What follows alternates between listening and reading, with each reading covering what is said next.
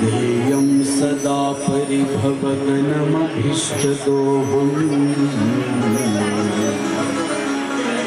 तीर्थास्पदं शिवविरिञ्चिनुतं शरण्यम् भृत्यार्तिहं प्रणतपालभवाब्धिपोतम् वन्दे महापुरुषते चरणारविन्दम्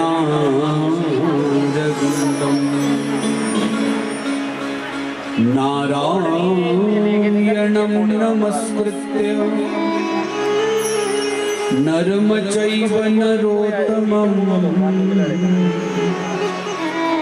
देवीं सरस्वतीं व्यासं ततो जयमुदीरयेत्।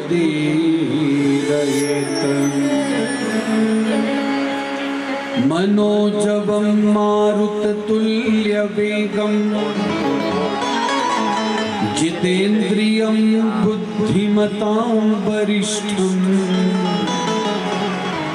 वातात्मजं वानरयोधमुख्यं श्रीरामदूतं शरणं प्रपद्ये। या देवी सर्वभूतेषु शक्तिरूपेण संस्थिता नमस्तस्यै नमस्तस्यै नमस्तस्यै नमो नमः। भक्ति भक्त भगवंत गुरु चतुर नाम बपुए इनके पद वंदन किए तो नाशत विघ्न अनेक। बोली वृंदावन बांके बिहारी लाल की जय हो। श्रीमद् भागवत महापुराण की जय हो। श्री हनुमान जी महाराज की जय हो। गौरी शंकर भगवान की जय हो। सियावर रामचंद्र की जय हो। श्री वेद व्यास जी महाराज की जय हो। श्री सुखदेव जी महाराज की जय हो। श्री धानु देवता महाराज की जय हो। भगवती श्यामला मैया की जय हो। सभी संतन भक्तन की जय हो। नमः पार्वती पते हर हर महादेव। आइए बंधुओं, 8 दिन का ये पावन यज्ञ विरामता की ओर अग्रसर है। पूर्णाहुति तो पाठ की हो चुकी है, कथा की तो केवल औपचारिकता ही रही है। आइए दिवंगत आत्मा को अंतिम श्रद्धांजलि इस कथा की अर्पित करें और ठाकुर जी के श्री चरणों में भावांजलि अर्पित करें। जितनी देर प्रभु चाहेंगे उतनी देर कथा करेंगे। 2 मिनट कीर्तन सभी कर लें ताकि हमारा आपका सबका मन प्रभु की पावन कथा में लग सके। बड़े भाव से सभी जाएंगे। राधे राधे गोविंद गोविंद राधे जय। राधे राधे गोविंद गोविंद राधे जय। राधे राधे गोविंद गोविंद राधे। राधे राधे गोविंद गोविंद राधे। गोविंद राधे गोपाल राधे। गोविंद राधे गोपाल राधे जय। गोविंद राधे राधे गोपाल राधे। गोविंद राधे राधे गोपाल राधे जय। राधे राधे गोविंद गोविंद राधे। राधे राधे गोविंद गोविंद राधे जय। राधे राधे गोविंद गोविंद राधे। राधे राधे गोविंद गोविंद राधे। गोविंद राधे गोपाल राधे। गोविंद राधे गोपाल राधे जय। गोविंद राधे राधे गोपाल राधे। गोविंद राधे राधे गोपाल राधे जय। राधे राधे गोविंद गोविंद राधे।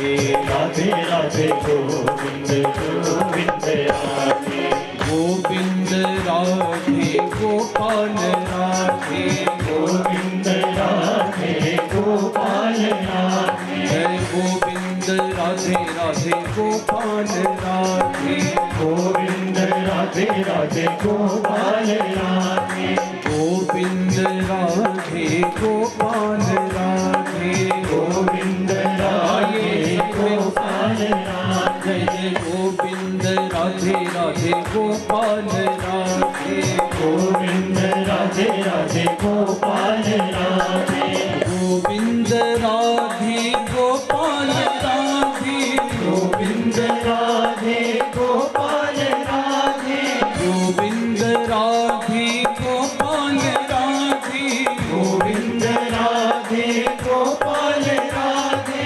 गोविंद राधे राधे गोपाल राधे गोविंद राधे राधे गोपाल राधे गोविंद राधे गोपाल राधे गोविंद राधे गोपाल राधे गोविंद राधे गोपाल राधे गोविंद राधे गोपाल राधे जय जय गोविंद राधे राधे गोपाल राधे गोविंद राधे राधे गोपाल राधे जय राधे राधे गोविंद गोविंद राधे राधे राधे गोविंद गोविंद राधे जय राधे राधे गोविंद गोविंद राधे राधे राधे गोविंद गोविंद राधे हर वृंदावन में राधे राधे मथुरा जी में राधे राधे नंदगांव में राधे राधे बरसाने में राधे राधे गिरि गोवर्धन राधे राधे मानस गंगा राधे राधे पांडेवन में राधे राधे कालवन में राधे राधे गिरिवन जी में राधे राधे रमण रेत में राधे राधे दाऊ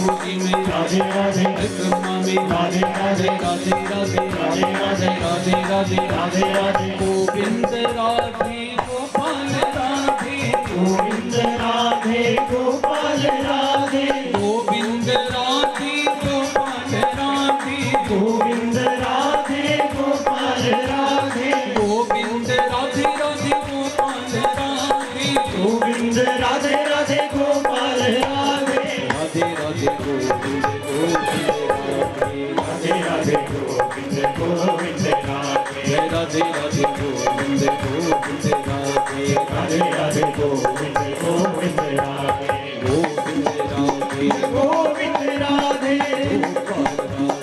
गोपाल राधे गोपाल गोविंद राधे राधे गोविंद राधे गोपाल राधे गोपाल राधे बोली वृंदावन बांके बिहारी लाल की जय जय श्री राधे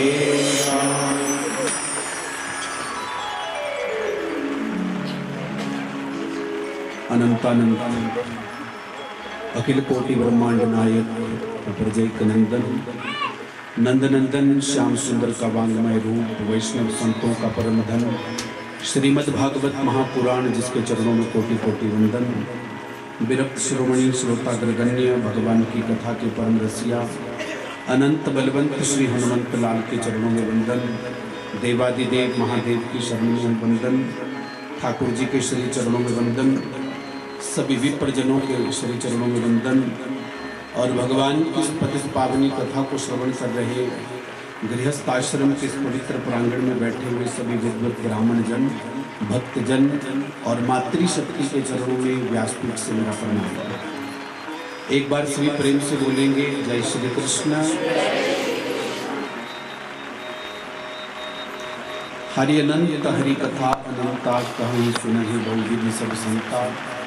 भगवान अनंत, भगवान की कथाएं अनंत, इसको सुनने और सुनाने वाले बदलते रहते हैं, लेकिन भगवान की कथा कभी भी समाप्त नहीं होती। इस पूरी धरती को कागज बना दिया जाए, सारे वृक्षों की लेखनी बना दी जाए और सारे जल की स्याही बना दी जाए, लेकिन फिर भी परमात्मा की महिमा को लिखना असंभव है।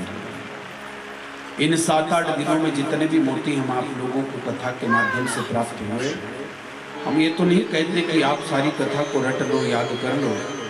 हम तो ये चाहते हैं कि 7-8 दिन की कथा में कोई एक बात भी आपको अच्छी लगे तो उस कथा के मार्ग पर चलोगे तो मुझे लगेगा कि कथा 100% सफल हो गई। उनकी तो सदगति हो गई, जिनकी सदगति में देवता भी स्वर्ग से आज पुष्पांजलि अर्पित कर रहे हैं। लेकिन सबसे बड़ी सदगति है संस्कारों की। हमको संस्कार कितने मिले नाथ दिनों में? कहीं ऐसा तो नहीं कि एक कान से लिया और दूसरे कान से निकाल दिया। उसके मार्ग पर चलना ही असली सदगति और कथा की सफलता मानी गई है महाराज।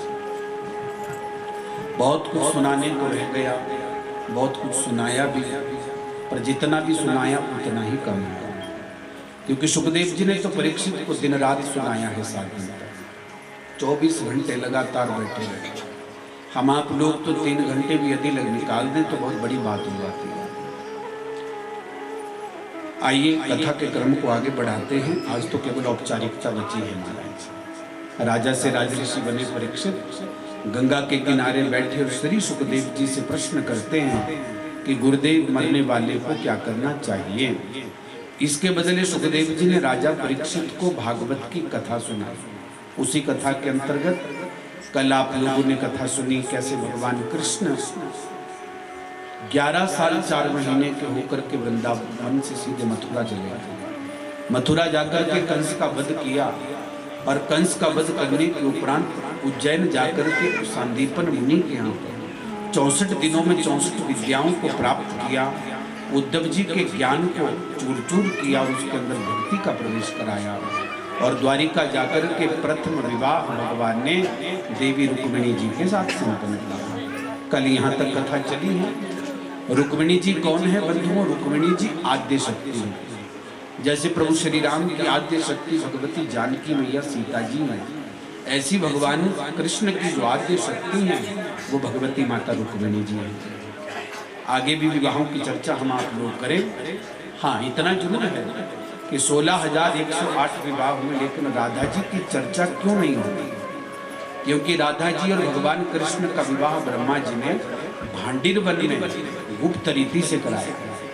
आत्मा और परमात्मा के मिलन तो दुनिया के सामने थोड़ी ना बताया जाएगा महाराज। आ जाओ, आगे आगे किसके जाओ भाई लोगों, आपसे प्रार्थना, आप इधर को आ जाओ। 5-7 लोग यहाँ जाएंगे, इधर लाइन में आएंगे। आ जाओ बेटा, आगे को आ जाओ। अब मुझे पता है लास्ट दिन ही आने सभी श्रद्धांजलि देने, पहले आया करते तो क्या होता है। आ जाओ बेटा, बैठ जाओ। 2-4 लोग और आ जाओ आगे। हाँ, बैठ जाओ। हो जाओ, थोड़े इकट्ठे हो जाओ। ठंड भी है, कोई बात नहीं। अब सारी गर्मी निकाल दी 7 दिन में। आपकी भी निकल गई और हमारी भी निकल गई। अब बढ़िया सा ठंडक मिल गई कलेजे को है। 8 दिन की कथा हो गई ना, ठंडक मिल गई है। आ जाओ, थोड़े खिसक जाओ। और कुछ बेटा अंदर पीछे व्यवस्था कर दो, गौरव कमरे में कर दो फिर व्यवस्था बैठने की। बोलिए भक्त वत्सल भगवान की। आइए भगवान के विवाहों की चर्चा करते हैं। सुखदेव जी कहते राजर्षि परीक्षित द्वारिका के नजदीक एक राजा रहते थे जिनका नाम था सत्यराजित। एक बार राजा सत्यराजित ने भगवान सूर्य नारायण की आराधना की और सूर्य नारायण ने प्रसन्न होकर के सत्यराजित को एक मणि दी, जिस मणि को सूर्य मणि अथवा स्यमंतक मणि कहा जाता है। और इस मणि की खासियत क्या है? ये प्रतिदिन 8 भार सोना देती थी, जिसको आज की भाषा में हम समझे 180 तोले सोना देने वाली ये मणि। ऐसी मणि यदि आपको मिल जाए तो क्या होगा बताओ जरा। अपने सगे भी दुश्मन बन जाए। इस दुनिया में ज्यादा होना भी खराब है और कुछ ना होना भी खराब है। आपने देवी सप्तशती में वर्णन सुना होगा, जहाँ राजा सूरत और समाधि रोते रोते मेधा तिथि के पास गए और मेधा ऋषि ने पूछा, सूरत से तुम क्यों आया हो जंगल में? बोले महाराज मेरे पास बहुत धन था, राजाओं ने चढ़ाई कर दी तो जान बचाने के लिए गुप्त मार्ग से भाग करके जंगल आया। समाधि वैश्य से पूछा तू क्यों आया? बोले मैं कुछ नहीं कमाता था, पत्नी बच्चों ने लात मार के घर से भगा दिया। इसलिए ज्यादा होना भी खराब और कुछ ना होना भी खराब। तो फिर कितना चाहिए?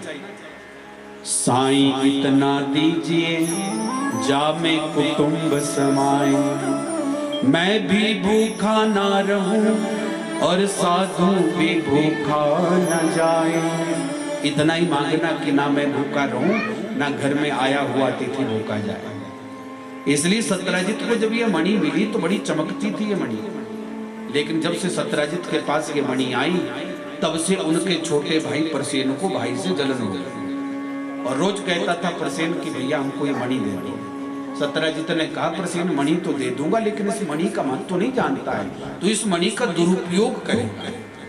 लेकिन प्रसेन कहाँ माना। रात को एक दिन सत्यराजित सोए थे कमरे में और कमरे से उस मणि को चुराया प्रसेन ने, गले में टांग करके जंगल निकल गया दूसरे दिन शिकार करने।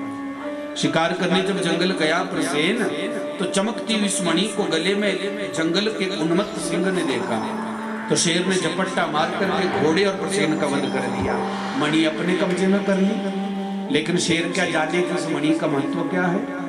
शेर आगे बढ़ा उस मणि को लेकर के तो जंगल में भालू की पुत्री कौन, जाम्बवंत जी की पुत्री देवी श्री जाम्बवती जी ने इस मणि को देखा और कहा पिताजी ये मणि हमको चाहिए थी। तो जाम्बवंत जी ने झपट्टा मार करके सिंह का वध किया और मणि अपने कब्जे में कर ली और बेटी को वो मणि दे दी। लेकिन जाम्बवती भी उस मणि के महत्व को नहीं जानती थी, निरंतर उस मणि से क्रीड़ा करती थी। कभी कभी हमारे पास महंगी चीज आती लेकिन उसका हमको महत्व पता नहीं होता। कानों कान द्वारिकाधीश प्रभु को किसी ने खबर सुनाई, ये केशव सारी दुनिया आपको कलंक लगा रही है। इस बात का कि आपने सत्यराजित की मणि के लालच में उनके छोटे भाई प्रसेन का वध कर दिया और मणि को भी चुरा लिया। भगवान ने विचार किया ऐसा तो मैंने कुछ भी नहीं किया। थोड़ा सा चिंतन हुआ कि ये मुझे झूठा कलंक क्यों लगा, तो याद आया कि एक दिन भगवान ने कलंक चतुर्थी के चांद को देख लिया था। कलंक चतुर्थी का चांद नहीं देखा जाता, पत्थर चौथ जिसको कहते हैं, कलंक जरूर लगता है। और इसकी कथा क्या है, एक दिन चतुर्थी के दिन गणेश जी धरती पर घूम रहे थे तो बारिश हुई थी तो गणेश जी कीचड़ में गिर गए। गणेश जी के शरीर में कीचड़ लग गई, चंद्रमा हंसने लगा। गणेश जी ने कहा मूर्ख तुझे हंसने की पड़ी और मेरे शरीर में कीचड़ लग गई, जा श्राप देता हूँ, आज के दिन जो भी तुझे देखे उसको कलंक रखे। इसलिए कलंक चतुर्थी की तक कथा है, कलंक चतुर्थी का चांद नहीं देखा जाता। लेकिन आप कभी चिंतन करना, उस दिन खोपड़ी जरूर जाती उस तरफ को, बाकी दिन जावे ना जावे, हाँ उस दिन जरूर जाए। यदि कलंक चतुर्थी का चांद दिख जाए तो दो उपाय भागवत में बताएं। पहला उपाय भागवत के 10वें स्कंद के 55 और 56 नंबर के 2 अध्याय जिसको स्यमंतकोपाख्यान कहा गया है, इसका पाठ हम करना चाहिए, सुनना चाहिए।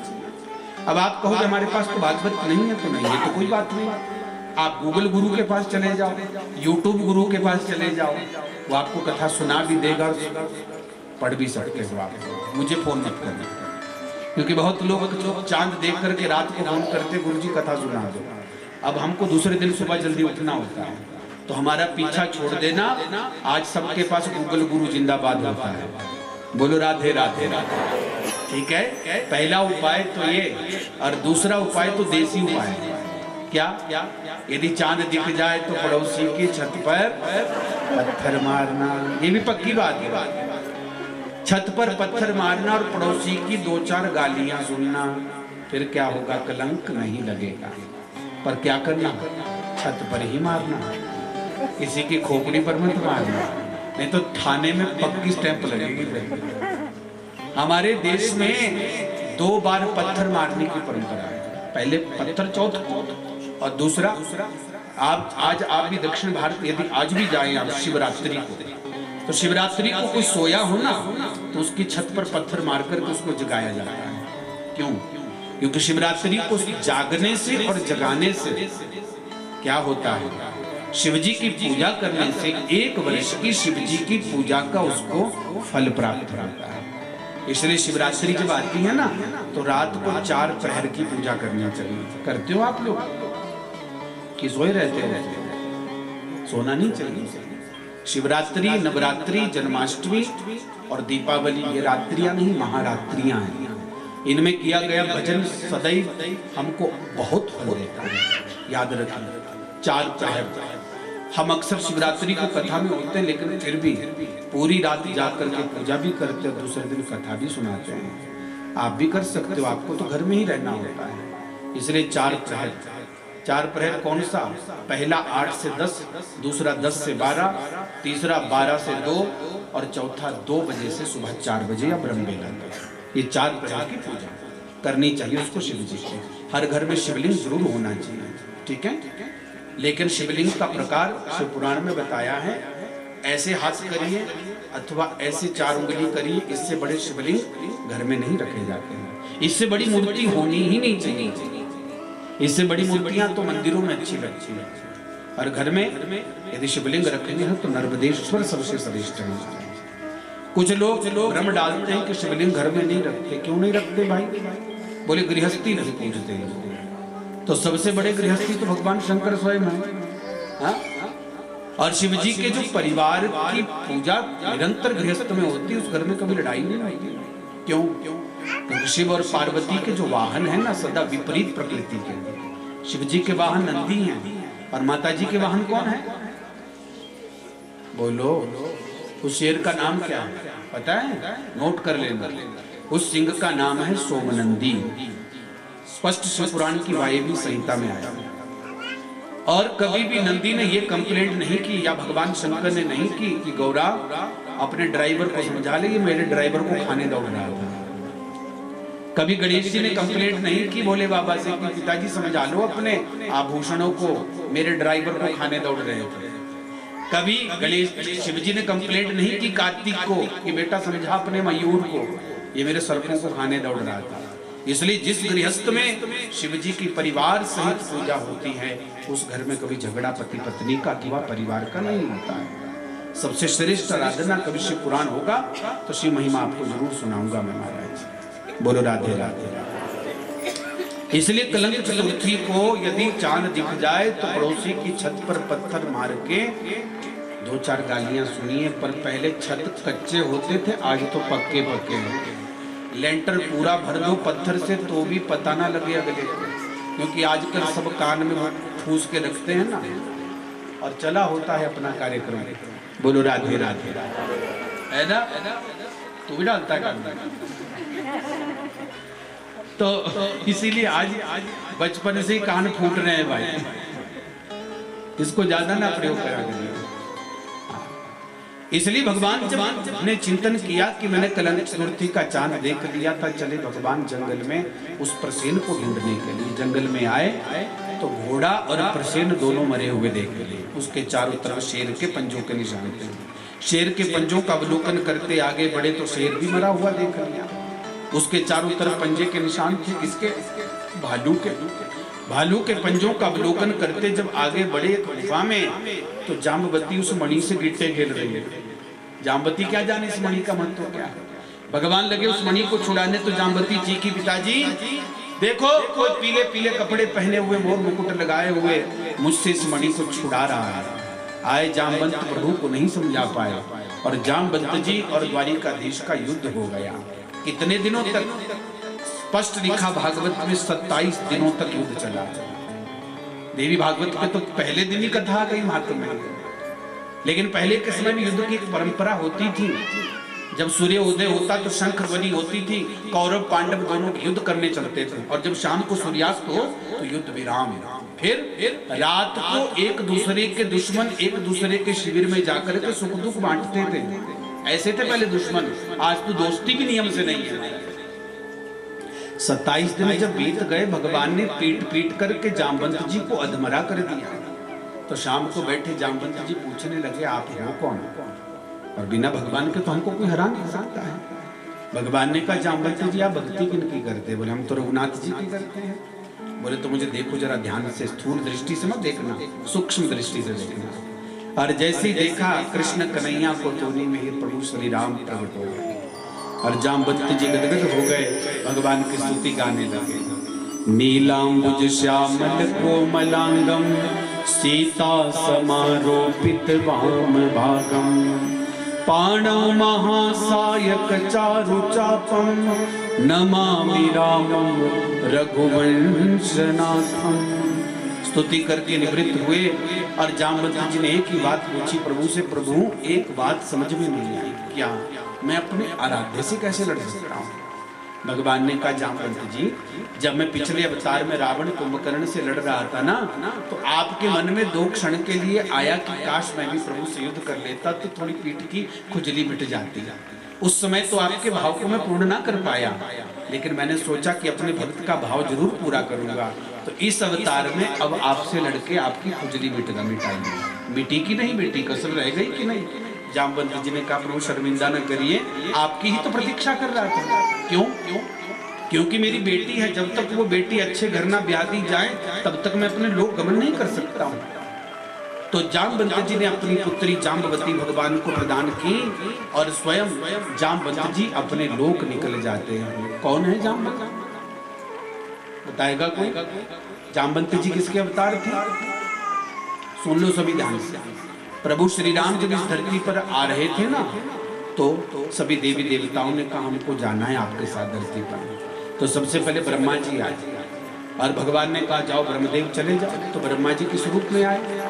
जामवंत के वचन सुहाए, सुनी हनुमंत हृदय अति भाई। जामवंत बन करके आए। शिव जी ने कहा हमको भी जाना है। तो शिव जी किस रूप में आए? शंकर सुवन केसरी नंदन, तेज प्रताप महाजगवंदन। क्या बन के आए? हनुमान बन के आए। शंकर सुवन कहो अथवा शंकर स्वयं केसरी नंदन। हनुमान चालीसा सबको पढ़नी चाहिए निरंतर। नारियों को, बच्चों को, बूढ़ों को ये कुरीति छोड़ दो कि नारियां हनुमान चालीसा नहीं करती। हनुमान जी को स्पर्श नहीं करना, हनुमान चालीसा सब कर सकते हैं। और मैं नहीं बोल रहा हूँ, स्वयं तुलसीदास जी ने बोला कि जो यह पढ़े हनुमान चालीसा। स्पष्ट कहा, ये नहीं कहा कि पुरुष ही पढ़े, सब पढ़े, नारी पढ़े, पुरुष पढ़े, बच्चा पढ़े, बूढ़ा पढ़े, ब्राह्मण पढ़े, क्षत्रिय पढ़े, वैश्य पढ़े, शमशान घाट में पढ़े, चाहे मंदिर में पढ़े, लेट के पढ़े, चाहे नाचते पढ़े, रोग अवस्था में पढ़े, चाहे स्वस्थ अवस्था में पढ़े, पर जो यह पढ़े हनुमान चालीसा होए सिद्धि साखी गौरीशा। गौरीशा मतलब गौरीपति शिव की मैं सौगंध खाता हूँ, उसको सिद्धि जरूर मिलेगी अपने कार्य में। गाते हो हनुमान चालीसा क्या? एक लड़की कहीं मेरे पास आई कथा में और कहने लगी गुरुजी मैं रोज हनुमान चालीसा करती हूँ, सपने में भूत मुझे बहुत देखते हैं। मैंने कहा तो भूत रहने नहीं। मैंने कहा सुना मुझे पूरी हनुमान चालीसा कर। लगी सुनाने, सारी याद थी पर एक जगह गाया उसने, तुम राक्षस का हूँ को डरना। मैंने कहा बस यही गड़बड़ कर देते हैं। गाना तो था कि तुम रक्षक का हूँ को डरना, और गा दिया तुम राक्षस का हूँ को डरना। मैंने कहा जब राक्षस ही बोला तो राक्षस ही दिखेंगे। इसलिए जब कोई शब्द बोलो, मंत्र बोलो तो बड़ी शुद्धि होनी चाहिए। और किसी श्रेष्ठ को सुना लो पहले कि मैंने ये रटा है, आप सुन लीजिए पहले इसको। नहीं तो कभी कभी मंत्र का अर्थ का अनर्थ हो जाता है। देवराज इंद्र ने कहा कि प्रभु मुझे भी जाना, तो इंद्र किस रूप में आए? बाली के रूप में आए। सूर्य नारायण ने कहा हमको भी जाना, बोले जाओ सुग्रीव के रूप में चले जाओ। देवताओं ने कहा हमको भी जाना, बोले तो जाओ बन के नर बन जाओ। और बन के नर कौन होते हैं? बानर, बंदर बन के आ गए। ठीक है, कभी रामायण होगी तो इस पर विशेष चर्चा करेंगे, बोल के करेंगे। तो जामवंत जी अपनी बेटी जाम्बवती को तो प्रदान करते स्वयं ब्रह्मलोक गमन कर गए। भगवान जाम्बवती को लेकर के द्वारिका पहुंचे और अब उस मणि को लेकर के सत्यराजित के पास गए और सत्यराजित को कहा सत्यराजित आज के बाद मुझे झूठा कलंक मत लगाना कि मैंने तेरे बेटे भाई के मारने के चक्कर में और मणि के लालच में तेरे भाई का वध कर दिया, क्षमा कर दीजिए। सत्यराजित ने माफी मांगी और कहा प्रभु मेरी बेटी सत्यभामा ले जाइए। भगवान एक काम करने गए, 2 मैडम लेकर के आए। एक मणि ढूंढने गए, 2 पत्नियां लाए। भगवान ने कहा ये मणि, बोले भी ले जाओ। बोले मणि नहीं चाहिए मुझे। बोले तो इस मणि का जो रोज सोना निकलता है ना, वो रोज द्वारिका भेज दिया। तो भगवान के ससुराल से रोज 180 तोले सोना आता था द्वारिका, इसलिए द्वारिका सोने की थी महाराज। प्रार्थना करो सबको ऐसी ससुराल मिले अगले जन्म में। बोलो राधे राधे राधे। कितने ब्याह हो गए भगवान के? 3। एक विवाह भगवान का कहाँ हुआ? जमुना महारानी से, यमराज की बहन है कालिंदी मैया। काली काली है ना, लोग तो कहते हैं कि फरीदाबाद और दिल्ली से फैक्ट्री का काला पानी गया इसलिए काली हो गई। अरे भैया यमराज की बहन है ये, यमराज भी काले और यमुना महारानी भी काली है। ठीक है, जब प्राचीन समय में फैक्ट्रियां नहीं थी तब भी जमुना जी का रंग काला और खारा दोनों था। आज भी भाई दूज आती है ना, तो भाई दूज को यदि जमुना जी में कोई भाई और बहन इकट्ठा डुबकी लगा करके स्नान करे तो उसको यम यातना नहीं होती है। आज भी यम भाई दूज पर वहां यम पूजन होता है। 4 विवाह हो गए। एक विवाह भगवान ने किया जापान में, फॉरेन कंट्री से भी मैडम लाए। कैसे? जापान नरेश ने घोषणा की कि जो 7 सांडों की नाक में एक पल में रस्सी नाथेगा उस वीर से अपनी पुत्री का विवाह कराऊंगा। और भगवान ऐसी प्रतियोगिता में पीछे कभी नहीं रहते।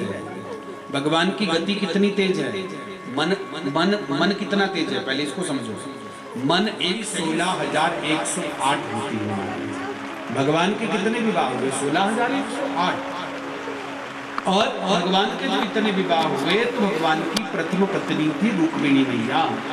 रुक्मिणी के पुत्र कौन थे? प्रद्युम्न। और ये प्रद्युम्न कौन है? कामदेव के अवतार। क्यों?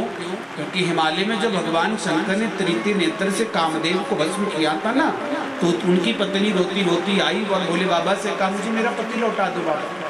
शिवजी ने कहा रति, आज के बाद तेरा पति अनंग नाम से जाना जाएगा। अनंग कहते हैं जिसका अंग नहीं होता। तो कहाँ रहेगा? बोले आज के बाद सबके ब्लड में वास करेगा कामदेव। पर यदि तुम मूर्त रूप से प्राप्त करना चाहती हैं तो द्वापर के अंत में भगवान नारायण कृष्ण बन करके आवेंगे और उनका पहला पुत्र प्रद्युम्न ही तुम्हारा पति कामदेव होगा, जो तुमको शंबरासुर के यहाँ मिलेगा। तो शंबरासुर नाम का राक्षस जिसने ब्रह्मा जी की आराधना करके वरदान मांगा कि मरेंगे तो कृष्ण पुत्र के द्वारा मरेंगे, ये वरदान मांगा। और जब बेटा हो गया ना ठाकुर जी के, और शंबरासुर को पता लगा कि बेटा हो गया तो डरता मरता क्या नहीं करता। फिर शंबरासुर ने प्रसूति गृह से बालक का हरण किया और हरण करके उस बालक को समुद्र में फेंक दिया। समुद्र में उसे बालक को मछली ने निगल लिया। मछली को मछुआरा पकड़ लेता है। मछुआरा जब बाजार में बेचने के लिए मछली आया तो किसने खरीदी? शंबरासुर के नौकरों ने उस मछली को खरीदा। और जब खरीद करके रसोई घर में मछली पकने को आई तो वहां पर कामदेव की पत्नी रति बहुत युगों से भोजन छुप करके बना रही है। और इसने जैसी मछली का पेट फाड़ा, बालक जीवित निकल जाता है। और जैसी बालक जीवित निकला, चुपके चुपके रति बालक का लालन पालन करने लगे। और जब बहुत बड़ा हो गया बालक, तब नारद जी ने रति को समझाया कि रति, जिस बालक का तुम लालन पालन कर रही हो वो तुम्हारा पति कामदेव है। छुपके इसको शस्त्र और शास्त्र का ज्ञान करवाया गया। और एक दिन इसी शंबरासुर का इसी प्रद्युम्न के द्वारा हुआ। और प्रद्युम्न अपनी पत्नी अर्धांगिनी रति को लेकर के द्वारिका में विराजित होते हैं। प्रद्युम्न के आगे चलकर के पुत्र हुए श्री अनिरुद्ध। बड़े सुंदर ये बालक। कैसे? सुखदेव जी कहते परीक्षित, प्रहलाद जी के खानदान में एक राक्षस हुए बाणासुर। और ये बाणासुर भगवान शंकर के बहुत बड़े भक्त थे। एक बार शिव जी की आराधना की, इन्होंने शिव जी ने दर्शन दिया और कहा बाणासुर मांग क्या चाहता है? तो बाणासुर ने कहा कि बाबा वरदान दीजिए कि मेरे 10,000 भुजाएं हो जाए। बोले और क्या चाहता है? बोले दूसरा वरदान चाहते हैं कि मेरे द्वार पर एक झंडा टंग जाए। जिस दिन वो झंडा नीचा हो जाए समझ लूंगा मुझे मारने और हराने वाला कोई आ गया है। और तीसरा वरदान मांगा कि आप मेरे द्वारपाल बन जाए। तो शिवजी अब भक्त के वश में हो। भगवान शंकर बाणासुर के द्वारपाल बन गए। कुछ दिन निकले। बाणासुर की एक बेटी होती है आगे चल करके, जिसका नाम था उषा। ये उषा क्या है? हमारे वेद में रिक्त सूक्त संग्रह आया है। और उस रिक्त सूक्त संग्रह में जो उषा है सूर्य नारायण की प्रेयसी बताई गई है। एक बार ये उषा कमरे में अपनी सखी चित्रलेखा के साथ सोई थी। कौन है ये चित्रलेखा? गंधर्वों की बेटी है, जो हमारे आपके किए गए कर्मों की कुंडली बनाती है। बड़ी अच्छी फोटोग्राफ्स खींचती है ये हमारे आपके। इस तरीके से समझिए जैसे पुलिस वालों के पास स्केच बनाने वाले होते हैं परफेक्ट लोग, ऐसी ये चित्रलेखा है। बहुत अच्छा कैमरा है इसके पास, एप्पल का। और हमारे आपके किए गए कर्मों की फोटोग्राफ्स खींचती हैं। आप अंधेरे में करना चाहे उजाले में करना, बचने वाला इससे कोई नहीं है। फिर वही सारी फोटोग्राफ्स चित्रगुप्त को बताई जाती है। और चित्रगुप्त फिर यमराज को पूरा हमारा खाता बता देता है। और यमराज हमारा पूरा लेखा जोखा देखते हैं और हमको कर्मों के अनुसार न्याय देते हैं। इसलिए आज भी है, इसलिए कर्म करते हुए सदा सावधान रहना चाहिए। एक बार चित्रलेखा के साथ ही उषा सोई थी, तो सोए सोए इसलिए उषा ने कब सोते सोते सपने में किसको देखा? श्री अनिरुद्ध जी को देखा। और जब देखा तो सपने में क्या देखा? इसका ब्याह हो गया अनिरुद्ध जी, और अनिरुद्ध जी विवाह करके बारात लेकर के विदा करके ले गए। और जैसी जैसी नींद टूटी, सपना टूटा, तो देखा तो ये तो अपने कमरे में थी। सखी को जगाया, सखी उठ देख, सपने में मैंने एक बड़ा सुंदर पुरुष देखा है। बोले कैसे जैसा है? लगी स्केच बना ली, लेकिन उन जैसा एक भी नहीं था। और जब इनके पुत्र द्वारिकाधीश का सर्वप्रथम चित्र बनाया, ऐसा बोले है तो ऐसा, पर थोड़ी कमी लग रही है। इनके पुत्र प्रद्युम्न का चित्र बनाया, ऐसा बोले अभी भी थोड़ी कमी है। और जब इनके पुत्र श्री अनिरुद्ध जी का चित्र बनाया, तो लज्जित होकर के उषा कहने लगी, ये है वो जिसको मैंने स्वप्न में देखा है। चित्रलेखा ने का चिंता न कर, अभी लाती तेरे घर वाले। उड़ती हुई चित्रलेखा अंतरिक्ष मार्ग से गई और द्वारिका में जाकर के बिस्तर के समेत सोए सोए उठाया अनिरुद्ध को और सीधे उषा के कमरे में विराजित कर दिया। ये जो दुनिया आज बिगड़ी है ना, फ्रेंड सर्कल के कारण ही बिगड़ी है। बोलो राधे राधे राधे। ये चित्रलेखा ना होती तो उषा का ब्याह हो पाता क्या? अब जब से अनिरुद्ध जी उषा के कमरे में आए, तब से वो जो द्वार पर लगी ध्वजा थी ना, वो नीचे नीचे। द्वारपालों ने शिव जी को सूचना दी, बाबा आप यहाँ खराटे मार रहे हो और कोई घुसपैठी अंदर घुस गया है। लगे ढूंढने घुसपैठी को, चारों तरफ ढूंढा तो कौन मिला? अनिरुद्ध जी मिले। पकड़ करके सीधे जेल में कैद कर दिए बाणासुर। कानों कान द्वारिकाधीश को किसी ने खबर सुनाई, प्रभु बोले क्या बात है? बोले आपके परिवार में कौन गायब है कौन नहीं, इसका पता है आपको? बोले नहीं। अब बात भी सच है, 56 करोड़ यदुवंशी हैं, इनमें से एक आदमी गायब कैसे ढूंढे? ये तो वही बात होगी, 56 करोड़ तो शिमला में भी नहीं। शिमला से एक आदमी चंडीगढ़ चला जाए तो किसी को याद रहेगी क्या? लेकिन वहाँ 56 करोड़ में एक अनिरुद्ध गायब है, कैसे पता लगाओगे? बोले हाजिरी लगानी पड़ेगी। बोले लगी हाजिरी लगानी। Chintu Ram yes sir, Pintu Ram yes sir. अब जैसे जैसे हाजिरी लगने लगी तो एक आदमी अनुपस्थित पाए गए और वो थे अनिरुद्ध जी। नारद से पूछा कहाँ है? बोले जेल में है बाणासुर के। भगवान को क्रोध आ गया और भगवान अक्षौणी सेना लेकर के चले द्वार पर। लेकिन द्वार पर कौन है? बोले बाबा है। भोले बाबा ने कहा कन्हैया मत मारना मेरे भक्त को। क्यों? बड़ी मुश्किल से इसने मेरी भक्ति की है। और ऐसे भी शिव जी की भक्ति बहुत कम राक्षसों ने की। एक राक्षस की कथा थी शिव पुराण में, नाम था वृकासुर। और वृकासुर ने शिव जी की आराधना करके शिव जी को प्रसन्न किया। शिव जी ने कहा मांगो। बोले बाबा वरदान दीजिए कि जिसके सिर पर मैं हाथ रखूं वो भस्म हो जाए। इसलिए दूसरा नाम इस वृकासुर का हुआ भस्मासुर। शिव जी ने कहा तथास्तु, दे दिया मैंने वरदान। बोले बाबा असली दिया कि नकली? बोले बिल्कुल असली। बोले तो रुको प्रैक्टिकल कर लेता हूँ। कहाँ? बोले आपके सिर पर। शिव जी ने सोचा वाह, हमसे ही तब वरदान ले रहा, हमारी जान आपत में। शिव जी फुर भाग। अब बाणासुर पीछे पीछे दौड़ा, समझ गया नकली वरदान दिया। बोले नालायक असली दिया, तभी भाग रहा होगा। अब आगे आगे भगवान शंकर पीछे पीछे भस्मासुर। भोले बाबा ने ध्यान किया अपने ठाकुर जी का कि हे श्याम सुंदर बचाओ हमको, आज मेरे भक्ति मेरे पीछे पड़ गए हैं। ठाकुर जी पार्वती बन के मार्ग में प्रकट हो गए और शिव जी पार्वती जी का पल्लू पकड़ के छिप गए। भस्मासुर ने देखा बड़ी सुंदर नारी, कौनो देवी तो? बोले जो पीछे छुपे हुए हैं ना, इनकी मैडम है। बोले यही मिला था जिंदगी में डरपोक पति बनाने के लिए। तो पार्वती मैया ने कहा ये डरपोक बेशक है, पर इनमें एक बड़ी अच्छी खासियत है। क्या? ये ठुमका बहुत बढ़िया लगा। शिव जी जैसा कौन नाच रहा है? नटराज है। भस्मासुर ने कहा इसमें कौन सी बड़ी बात है, भी नाच सकते हैं। पार्वती जी ने कहा तो ठीक है, जैसे जैसे मैं नाचूं वैसे वैसे तू भी नाचना, और यदि तूने मुझे नाचते नाचते हरा दिया तो मैं तेरे से ब्याह कर लूंगा। तो लगा नृत्य होने, पार्वती मैया ता थाई थट टा लगा नृत्य होने, और भस्मासुर भी वैसे वैसे नाचने लगा। एक जगह मुद्रा आई कर, अब भस्मासुर को याद नहीं रहा, अपना ही हाथ अपनी खोपड़ी पर भस्म। शिव जी को कहा कन्हैया ने ऊँट पटांग वरदान मत दिया करो, जान आफत में आ गई थी। शिव जी ने कहा खाई सो खाई, आगे रात दो भाई, अगली बार किसी को ऐसी ऊँट पटांग वरदान नहीं दूंगा केशव। तो ये वही बाणासुर के द्वारपाल हैं शिव। इसलिए शिव कह रहे हैं कि कन्हैया मत मारना, लेकिन ठाकुर जी ने कहा पोते को निकालो, वो नहीं निकालेंगे। तो युद्ध हुआ एक दूसरे के आराध्य और आराधक अब अपने भक्तों के लिए एक दूसरे के साथ लड़ने लगे। शिव जी ने बाण छोड़ा कन्हैया के ऊपर, कौन सा? ज्वरास्त्र।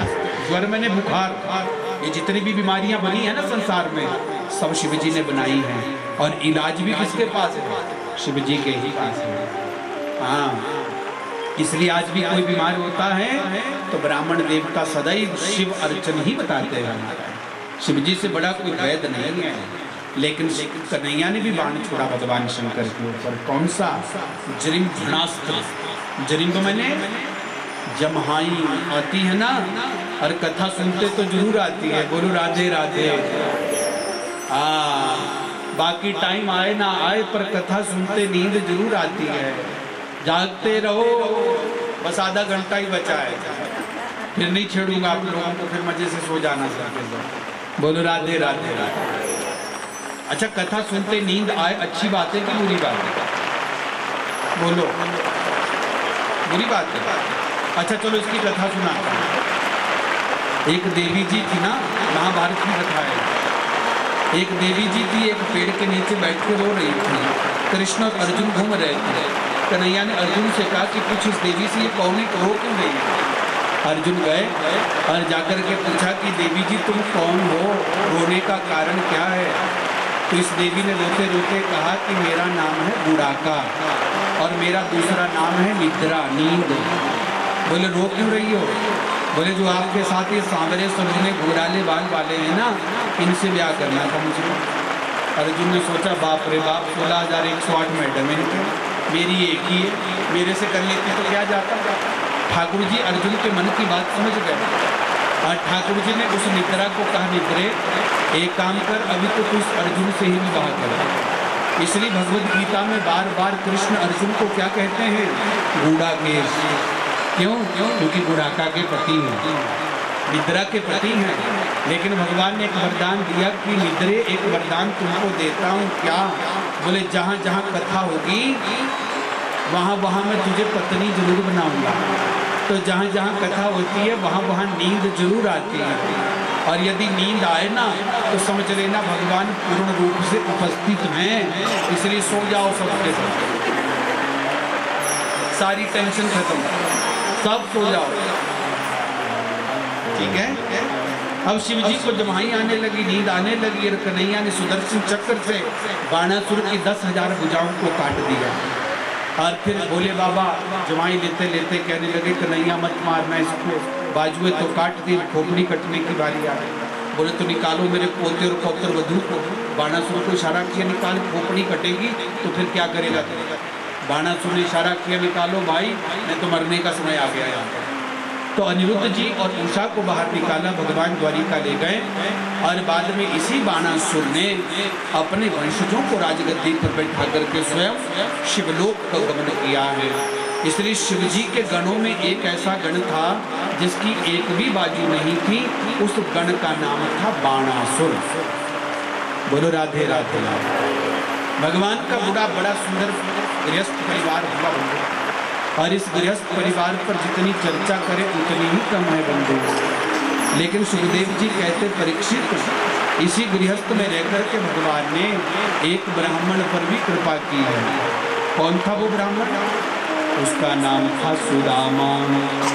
पर सुदामा जी का नाम नहीं भागवत में, केवल संकेत है। और क्या कहा सुखदेव जी ने? कृष्णस्यासीत् सखा कश्चित् ब्राह्मणो ब्रह्मवित्तमा विरक्त इंद्रियार्थेषु प्रशांतात्मा जितेंद्रिय। कैसे थे सुदामा जी? बोले प्रशांत थे, जबकि घर में एक दाना भी रोटी का नहीं था। बारिश होती थी तो पानी सीधा झुग्गी में घुसता था। पत्नी सुशीला, छोटे छोटे बच्चे, सुबह रोटी मिल गई तो रात का ठिकाना नहीं था। कई लोग तो कहते हैं कि सुदामा जी दरिद्री थे। दरिद्री नहीं थे, गरीब थे। दरिद्री किसे कहते हैं? बोले दरिद्रो व्यस्त संतुष्ट है। दरिद्री उसे कहते हैं जो असंतोषी होता है। अब बताओ, हाँ हम दरिद्री हैं कि सुदामा जी दरिद्री थे? हमारे पास सब कुछ है पर संतोष नहीं है। सुदामा जी के पास कुछ नहीं था पर संतोष था। अब बताओ कौन दरिद्री है? जय आए संतोष धन तो सब धन धूल समान। 4 दिन से घर का चूल्हा नहीं जला सुदामा जी। बच्चे रोटी मांगते तो मैया पानी को तड़का बना करके पिला देती हैं, बच्चों को मना देती हैं। एक दिन सुशीला गांव में घूम रही थी और घूमते घूमते गांव की सखियां कहने लगी, सुशीला तू जानती तेरे पतिदेव कितने मान हैं? बोले मैं नहीं जानती। बोले तेरे पतिदेव के परम मित्र हैं द्वारिकाधीश भगवान। बोले मुझे तो आज तक नहीं पता। बोले जाओ बोलो अपने पतिदेव को कि अपने मित्र को मिलने द्वारिका जाएं, और यदि द्वारिका जाएंगे तो क्या होगा? बदले में वापसी में आते आते दक्षिणा में 2-4 सोने के टुकड़े भी मिल गए ना द्वारिका से, तो जन्मों जन्मों की गरीबी निकल जाएगी। सुशीला ने सोचा कि यदि मांगने भेजूंगी तो कदापि नहीं जाने वाली। तो सुशीला घर आई, पतिदेव सुदामा के चरणों को दबाती पूछ रही, स्वामी कुछ पूछूं आपसे? बुरा तो नहीं मानोगे? बोले नहीं मानूंगा, पूछ। द्वारिकाधीश के आपके मित्र हैं। जैसे ही कहा तो टप टप टप आंखें भर आई सुदामा। कौन कहता सुशीला? बोले सारी दुनिया को। क्या बचपन में इकट्ठा खेले कूदे हैं गुरुकुल में? तब सुदामा जी ने कहा, देवी बिल्कुल सही कहती है, हम गुरुकुल में इकट्ठा खेले कूदे हैं। बोले तो कैसे मित्र हो? एक दिन भी मिलने नहीं जाते। एक दिन भी मिलने चले जाओ ना मित्र को। अरे देवी वो तो तुम ठीक कह रही हो, किसी के घर जाते हैं तो खाली हाथ नहीं जाते, और हमारे घर में जब दाना भी क्या ले जाएंगे? शास्त्र कहता है किसी के घर जाओ खाली हाथ नहीं जाना, अथवा अपने घर भी आओ तो कभी खाली नहीं आना चाहिए। शास्त्र मर्यादा बताई गई है। सुशीला कहती, कौन कहता हमारे घर में कुछ नहीं? अभी लाती दौड़ी हुई गई, फटी हुई चुनरी को 3-4 बार लपेटा और 4 घर से अलग अलग चावल मांग कर के लाई। चाहती तो एक घर से मांग सकती थी, लेकिन विचार किया, क्या विचार किया कि एक घर से मांगूंगी तो एक व्यक्ति को दुख होगा, इसलिए अलग अलग घर से मांगती हूँ। और हमको भी अच्छी तरह याद है, हमारे गुरुजी भी हमको वृंदावन में 1 महीने जब भीख मंगवाई थी ना हमसे, तो 4 घर में ही मांगते थे, और 4 घर से ज्यादा नहीं मांगना। कहते थे कि मिले तो ठीक, नहीं तो भूखे रह जाते। और कभी कभी तो हमको गालियां भी पड़ती थी, हट्टा कट्टा शर्म नहीं आती, कमाता क्यों नहीं? पर गुरुदेव का आदेश था कि 1 महीना भिक्षा मांग करके खा ले। काश वो गुरुदेव ने हमसे तपस्या ना कराई होती तो यहाँ ना बैठे होते। बहुत जरूरी है बालक बचपन में तपस्या मांगना। इसलिए सुशीला ने 4 घर के चावल लाई, पोटली को बांधा और सुदामा जी को कहा, स्वामी लो। सुदामा जी प्रसन्न हो गए। छठ स्नान किया, फटी हुई धोती थी पहन ली, कुर्ता धारा, वैष्णव तिलक लगाया और झोली को टांग दिया पोटली को। और सुशीला से कहा, सुशीला चला जाऊं, एक रात तू रह जाएगी? बोले रह जाऊंगा। कोई संदेशा तो नहीं देना करेगा? बोले देना। क्या संदेशा देना? बोले उनको कहना जाकर कि 1 मास द्विपाक में 2 एकादशी होए, पर मेरे घर गोपाल जी नित्य एकादशी होए। उनसे कहना कन्हैया, महीने में 2 एकादशी के व्रत होते हैं, पर हमारे घर में तो रोज एकादशी व्रत हो रहा है। और स्थिति यह है कि 2-4 दिन यदि घर का चूल्हा नहीं जला तो मृत्यु पक्की निश्चित है। बस कह दे। सुदामा जी रो पड़े, चलने चलने। अब नंगे पांव थे, खड़ाऊ थी नहीं, चप्पल थी नहीं। चलने लगे ना जब, तो गर्मियों के दिन कांटे चुभ गए, ठकोले आ गए, बीमारियां पड़ गई। सुदामा जी याद करें, कन्हैया कैसे पहुंचू तेरी नगरी। भगवान का एक वचन है शास्त्रों, क्या कि जो तू आवे 1 पग, मैं आऊं पग 60। भगवान कहते तू मेरी तरफ 1 कदम बढ़ा, मैं तेरी तरफ 60 कदम बढ़ाऊंगा। लेकिन हमारा आपका कदम दुनिया की ओर तो बढ़ता है, लेकिन परमात्मा की ओर नहीं बढ़ पाता है। इसलिए वृंदावन के एक संत हुए श्री बिंदु जी महाराज, बहुत बड़ी सुंदर पंक्तियां लिखी उन्होंने। और बिंदु जी क्या गाते हैं, कृपा की ना होती जो आदत तुम्हारी, तो सुनी ही रहती अदालत तुम्हारी। आओ इन पंक्तियों को गा लेते हैं, मुझे ये पंक्तियां बहुत प्यारी लगती हैं। बिंदु जी गा रहे हैं,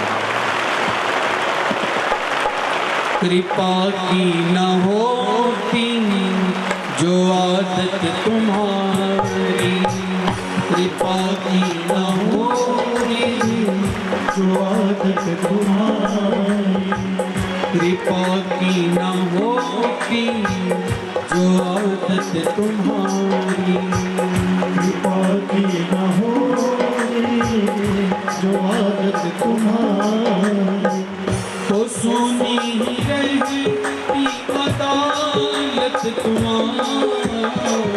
कृपा की न होती जो आदत तुम्हारी, कृपा की न होती जो आदत तुम्हारी। आदि गाते हैं।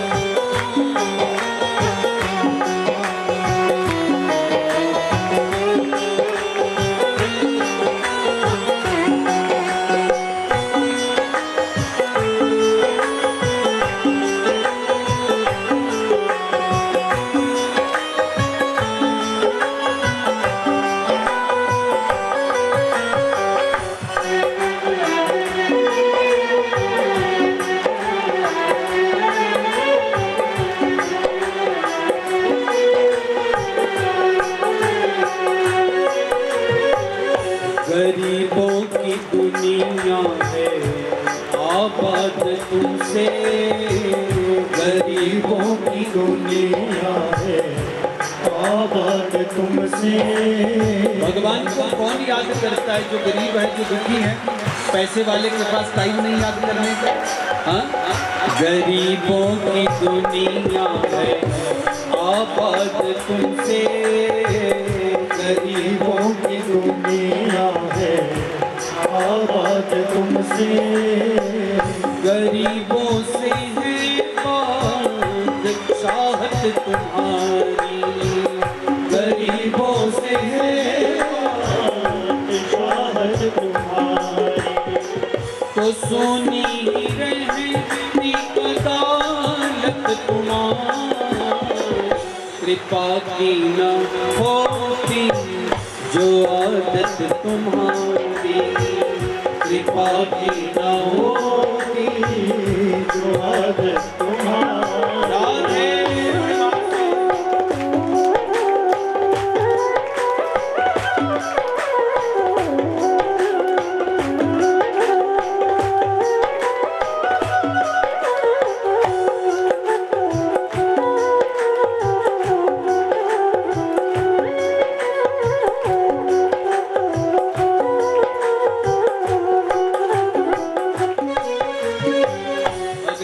बहुत प्यारी है। एक भक्त रोता रोता भगवान के पास गया। भगवान ने कहा क्यों रो रहा है? बोले प्रभु पाप किया इसलिए दुख हो गया। बोले तो क्यों किया? तो भक्त कहता है प्रभु पाप ना करते तो दुख ना होता, और दुख ना होता तो आपको कौन याद करता? बंदे से खुदा ना बन जाऊं इसलिए तो बात करता हूँ। एक पेशेंट डॉक्टर के पास गया, क्या हुआ? बोले बीमार हो गया। बोले तो क्यों हुआ? बोले ऊटपटांग खाया। तो क्यों खाया? तो पेशेंट कहता है डॉक्टर साहब ऊटपटांग ना खाते तो बीमार ना होते, और बीमार ना होते तो डॉक्टरों को कौन पूछता? हाँ? और यही अगली पंक्ति में बिंदु जी कहते हैं क्या? न तुम होते हाकिम न हम होते मुजरिम, न तुम होते हाकिम न हम होते मुजरिम। न तुम होते हाकिम न हम होते मुजरिम, न तुम होते हाकिम न हम होते मुजरिम। न घर घर में होती इबादत तुम्हारी, न घर घर में होती इबादत तुम्हारी। तो सोनी रहती अदालत तुम्हारी।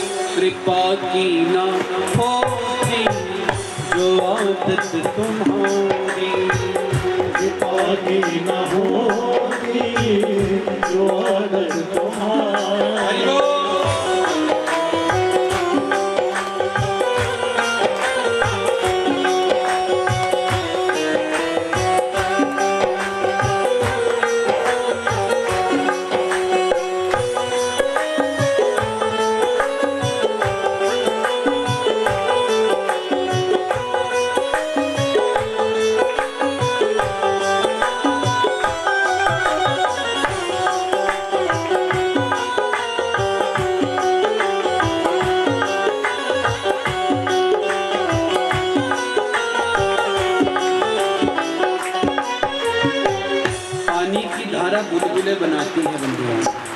जो पानी की धारा बुलबुले बनाती है वही धारा उन बुलबुलों को फोड़ भी देती है।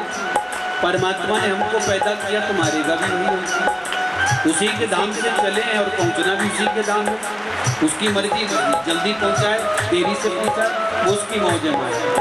हाँ, इसलिए बिंदु जी कहते हैं तुम्हारी ही उल्फत के दृग बिंदु है ये, तुम्हारी ही उल्फत के दृग बिंदु है ये, तुम्हारी ही उल्फत के दृग बिंदु है ये, तुम्हारी ही उल्फत के दृग बिंदु है ये, तुम्हें सौंपते हैं अमानत तुम्हारी, तुम्हें सौंपते हैं अमानत तुम्हारी, तो सोनी ही रहती अदालत तुम्हारी, कृपा की न होती जो आदत तुम्हारी, कृपा की न होती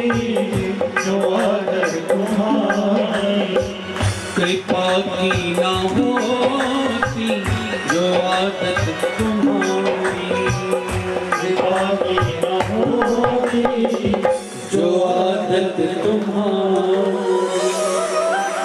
भगवान बड़े सलवानों के बीच में हमने कहा मियां हमको रास्ता बता दीजिए, तो बड़े अच्छे हैं वहाँ के। बड़ी तहजीब से कहा कि पंडित जी ये रास्ता है, मैं चलूं आपके साथ? मैंने कहा नहीं हम निकल जाएंगे। तो ऐसे जाना हुआ था। तो फिर मैंने वहाँ के लोगों से पूछा कि मोरना नाम कैसे पड़ा, तो उन्होंने कहा ये वही जगह है जहाँ से कश्यप नाम के ब्राह्मण मुड़ गए और मुड़ने से उस जगह का अपभ्रंश हुआ और नाम पड़ा मोरना, मुड़ना से मोरना हो गया। अब तक्षक महात्मा भी चले भीड़ के अंदर, जाने लगे तो रोक दिया, कोई भी अनजान आदमी अंदर नहीं जाएगा जब तक सूर्यास्त न हो जाए। तो महात्मा ने कहा ठीक है मैं नहीं जाऊंगा, लेकिन मैं परीक्षित को अंतिम समय में कुछ भेंट करना चाहता हूँ। क्या किया? फल की टोकरी अंदर ले जाई गई और गलती से तक्षक नाग भी उसी एक फल में घुस करके चला गया। बस परीक्षित की गलती क्या हुई कि जब भीड़ के अंदर फल की टोकरी रखी तो सबसे पहले परीक्षित ने फल को उठा लिया और फिर लोगों को बांट दिया। शास्त्र कहता है कभी लोगों में हम बैठे हो ना तो चाय पकौड़ा जूस सबसे पहले खुद नहीं उठाना चाहिए, पहले सबको बांटना चाहिए, फिर अंत में लेना चाहिए, शिष्टाचार है। परीक्षित ने उठाया, उस फल को देखा, उसमें छोटा सा छिद्र था। सूर्य को देखा तो अस्त हो गया। उस छिद्र में देखा एक छोटा सा कीड़ा निकलता है। कीड़े को उठा के प्रार्थना की, कीड़े मैं नहीं चाहता हूँ कि महात्मा का श्राप उल्टा हो जाए, इसलिए मैं चाहता हूँ कि तू ही नाग बन के मुझे डस जा, नहीं तो ब्राह्मणों की निंदा संसार में होगी। और उस कीड़े को गर्दन पर रखा, प्रार्थना में बड़ी ताकत होती है। वही कीड़ा विशाल अजगर बन गया और अजगर बन करके परीक्षित को डंक मार दिया, प्राण निकाल दिए। तक्षक नाग स्वर्ग विदा हो गया। लेकिन बेटे जन्मेजय को गुस्सा आ गया, मेरे बाप को फिर भी मार दिया इतनी सिक्योरिटी के कारण। ब्राह्मणों से कहा ब्राह्मणों इस संसार से सांपों का अस्तित्व समाप्त कर देंगे, करो आह्वान। ब्राह्मणों लगे ब्राह्मण सांपों का आह्वान करने और सांप लोकों से उड़ते हुए सब यज्ञ कुंड में स्वाहा होने लगी। तक्षक नाग का आह्वान किया, इंद्र के सिंहासन से निकट गया, इंद्र फुर भाग गया, तेरे चक्कर में मैं भी भस्म हो जाऊंगा। यहाँ पर आस्तिक नाम के महात्मा का आगमन हुआ और आस्तिक महात्मा ने कहा जन्मेजय जितने सांप तूने जलाए हैं ना उतने सांप तुझे बारी बारी से जलाए। बोले गुरु जी मेरे पिता को मार गया। बोले डर मत, तेरा पिता मरा नहीं है, तेरे पिता ने कथा सुनी है, इसलिए तेरा पिता नरक नहीं देख वैकुंठ जा रहा है विमान में बैठ करके। भागवत में ये चर्चा नहीं है, लेकिन महाभारत में, पद्म पुराण में और स्कंद पुराण में स्पष्ट लिखा है कि परीक्षित जी कथा सुन करके वैकुंठ को गमन करते हैं। महाराज जन्मेजय ने कहा आस्तिक से कि बाबा मैं भी अपने पिता के लिए कुछ अच्छा करना चाहता हूँ, क्योंकि मैं इनका बेटा हूँ, बेटा होने का धर्म मैं भी निभाना चाहता हूँ। तो आस्तिक महात्मा ने कहा वेदव्यास जी बैठे उनसे पूछ। वेदव्यास जी से पूछा जन्मेजय ने कि मैं क्या करूं? तब वेदव्यास जी ने कहा कि तू अपने पिता के लिए देवी भागवत की कथा सुन। इसलिए परीक्षित ने कौन सी कथा सुनी? भागवत की। और जन्मेजय ने कौन सी कथा सुनी? देवी भागवत की। मतलब कथा एक संकेत देती है, कोई आदमी मर जाए ना तो उसकी याद में हमको भागवत करानी चाहिए। पर किसी व्यक्ति की मृत्यु सांप के डसने से या जहर के खाने से हुई हो तो उसकी याद में देवी भागवत की कथा कराई जाती है। महाराज ठीक है। अब शौनकादि ऋषि ने सूत जी से एक प्रश्न किया कि गुरुदेव ये आस्तिक कौन है? तो देवी भागवत के तो प्रारंभ में आस्तिक की कथा आ गई। जरत्कारु नाम के एक महात्मा हुए इस धरती पर, इन्होंने घोषणा की कि विवाह करूंगा तो ऐसी पत्नी से करूंगा जिसका नाम भी जरत्कारु है। अब ऐसी पत्नी कहाँ ढूंढते, पर मिल गई। कहाँ मिली? नागों की बेटी और वासु की नाग की बहन थी जरत्कारु। महात्मा ने शर्त रखी कि देवी एक शर्त पर विवाह करेंगे, यदि तूने मेरे कर में रोका टोकी की तो मैं तुमको छोड़ करके चला जाऊंगा। पत्नी ने कहा कभी रोका टोकी नहीं करूंगी, और विवाह हो गया। एक दिन संध्या के समय में महात्मा पत्नी की गोदी में सो जाते हैं। सोए तो पत्नी ने सोचा कि मैं तो पत्नी हूँ जो पतन से बचाएगी, और स्वामी संध्या का समय चल रहा है, उठो नहीं तो आपका पुण्य समाप्त हो जाएगा। महात्मा को क्रोध आया और कहा कि देवी तूने मेरे कर में रोका टोकी किया, मैं तुमको छोड़ करके जा रहा हूँ। महात्मा जाने लगे तो पत्नी रोने लगी, महाराज जी मैं तो बिना माँ बने रह गई। तो महात्मा ने उंगली का इशारा पत्नी की गर्भ की ओर किया और गर्भ धारण हुआ। ऐसे थे हमारे देश के महात्मा तो चले गए। आगे चल करके जरत्कारु ने एक पुत्र को जन्म दिया और उसी पुत्र का नाम हुआ आस्तिक। और ये जरत्कारु माँ कहाँ चली गई? ये माता मनसा देवी के रूप में स्थापित हो गई। मनसा देवी का मंदिर है ना चंडीगढ़ में, वैसे हरिद्वार में भी है। मनसा मैया भक्त हैं, उनको कभी सांपों का भय नहीं होता। और दूसरा आस्तिक एक नाम नहीं है, एक मंत्र है। कैसा? आपको रात को यदि सपने में सांप दिखे ना, या घर में सांप घुस जाए तो क्या बोलना?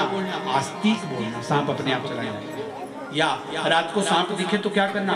रात को सोने से पहले पानी का या दूध का गिलास लेना, ये अंगूठा ये उंगली मिलाकर के 21 बार मंत्र अभिमंत्रित करना, आस्तिक आस्तिक आस्तिक, और उस पानी को पी लेना।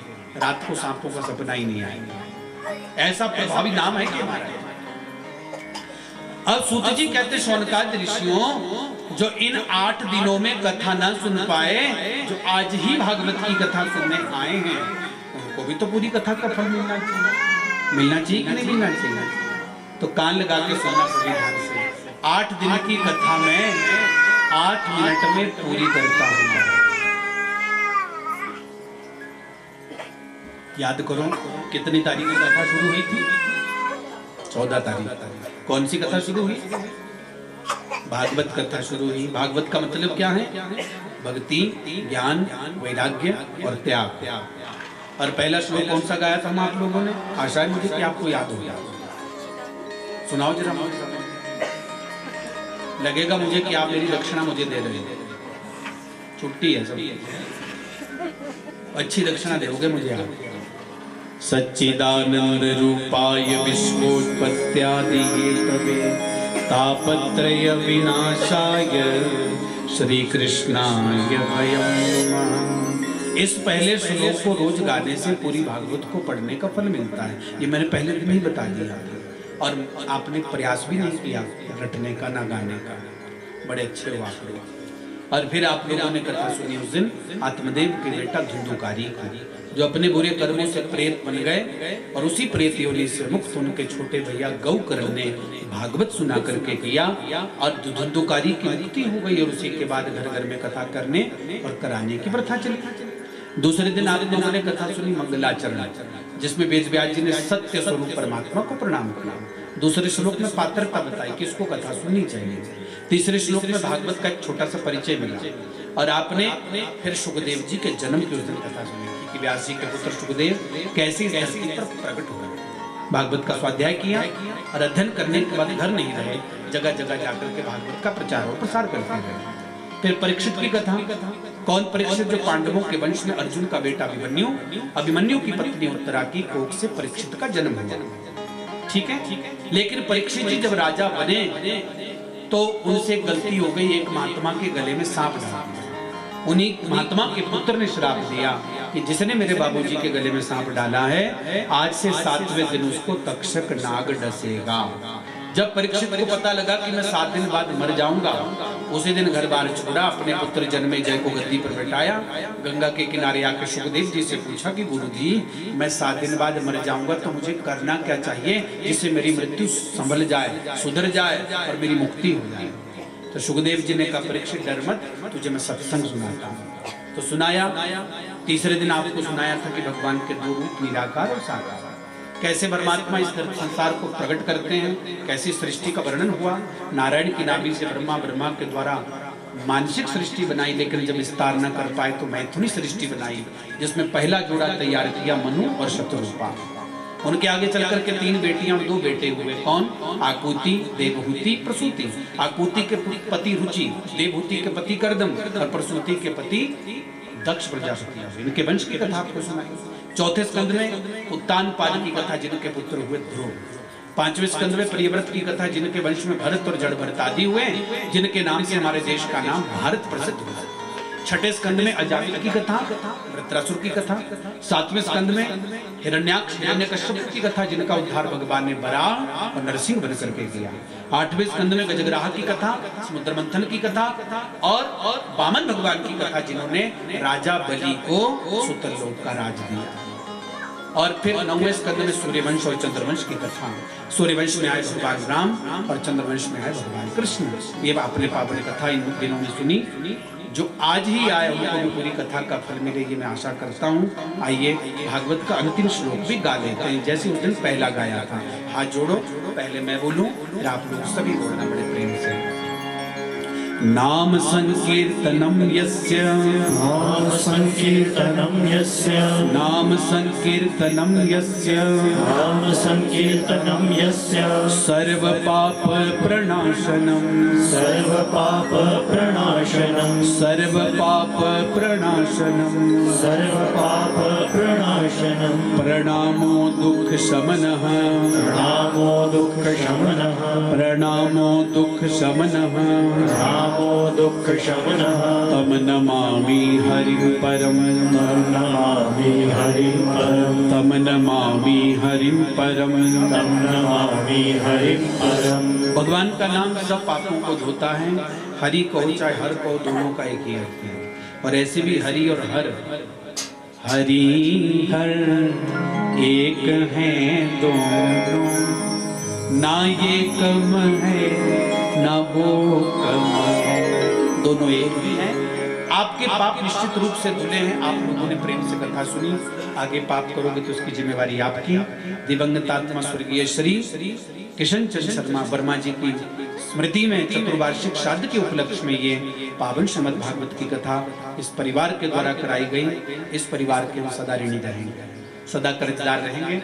आपसे भरपूर प्रेम इस घर में मिला और ऐसा लगा कि अपने ही घर में। अम्मा जी तो भी रोती रोती आ गई, पता नहीं कैसे आंसू बचा के रखे, फट आई, रो दो के फिर भाग गई। अब मन तो था पर मैंने ही ज्यादा नहीं लगाया, मैं तो और रोती अम्मा। हम जहां भी जाते हैं ना, चलो ये तो आंसू आते ही हैं, क्योंकि ये सुख के आंसू हैं, ठीक है। और मैं तो कहूँ ऐसे संतान सबको मिले जिनकी याद में ऐसा यज्ञ हुआ, ऐसे लायक बच्चे सबको मिले जिन्होंने पिताजी की इच्छा को पूर्ण किया। और कह रहे थे कि पिताजी की इच्छा रही कि भागवत करानी, ऐसे बच्चों को सदगति मिले। और ऐसे यहाँ आपके यहाँ पर किसी वस्तु की कोई कमी ना रहे।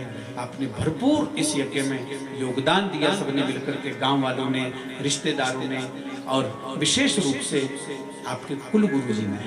कुल गुरु जी कहते हैं कि कुल गुरु कुछ ना करे, घर में जजमान का केवल जल भी पी लेना, सब पीढ़ियां तर जाती हैं। और ऐसे गुणों के खान गुरुदेव हमारे, आप यहाँ निरंतर इस यज्ञ में सम्मिलित रहें, आपकी पूरी टीम। और टीम नहीं, मुझे तो ऐसा लगा कि मेरे बड़े बड़े भाई मिले, सभी सबसे भरपूर प्रेम मिला। और ऐसा लगा नहीं कि कहीं पराया पड़ा है। वैसे हम कहीं भी गए लगा ही नहीं क्योंकि अपने ही ऐसे, अपना मानो तो कर्म काम करने का आनंद आता है, परायापन हो तो फिर वो कार्य में सुख नहीं मिलता। आपसे बहुत कुछ मुझे भी सीखने को मिला। मैं क्या आपको सुनाऊं और क्या दूं ज्ञान, अभी तो अज्ञानी है, कुछ आता भी नहीं। सच्ची बात तो ये है। पर आपने इस यज्ञ में बहुत सम्मिलित होकर के इस यज्ञ को सफल बनाया। कैमरे वाले बच्चे ने जगह जगह पहुंचाया है कथा को। और बहुत लोग अब तो YouTube पर भी, कोई फेसबुक में छा गया, मैं भी वैसे फेसबुक और YouTube पर डालते ही रहते हैं। आचार्य संदीपन वशिष्ठ के नाम से सर्च करना, आने वाले समय में पूरी कथा डाल दी जाएगी। आप जहां मर्जी हो वहीं बैठ कर के घर बैठे सुन सकते हैं कथा। इस यज्ञ में भोजन बनाने वालों ने भी भरपूर सहयोग दिया। जो ब्राह्मणों के लिए रसोईया जी भोजन बनाते थे रसोई घर में, क्या स्वादिष्ट बनाते थे, और ऐसे खुश होकर बनाते थे। और कहते हैं ना कि खिलाने वाला प्रसन्न हो तो खाने वाला 2 फुलके और खाता है। ऐसा आनंद रहा। नरेश जी की बड़ी कृपा रही, कैसे बॉन्ड से यहाँ यात्रा यहाँ तक पहुंची मेरी, और फिर आप सबका प्रेम रहा। कहते हैं ना कि फिर चेन आगे से आगे ऐसे ही बनती है। ललित भैया से तो प्रेम हो गया इसी अड्डे में, क्योंकि बहुत समय मेरा और आपका यहाँ बीता है। बाकी लोगों के साथ इतना नहीं बीत पाया, पर जितना भी बीता बहुत अच्छा जीवन पर्यंत याद रखेंगे। आप सब की इस कथा की लगन को मैं कोटि कोटि प्रणाम करता हूँ। मेरी प्रार्थना रहेगी आप दक्षिणा की प्रक्रिया पूर्ण करें। उठो, दक्षिणा दीजिए। पहले अपने कुलगुरु को दक्षिणा दीजिए, उसके बाद व्यासपीठ, उसके बाद सभी ब्राह्मणों को। दक्षिणा के बाद ही आरती की जाती है। महाराज यहाँ है दक्षिणा के कमरे में आए हो ना। उठो,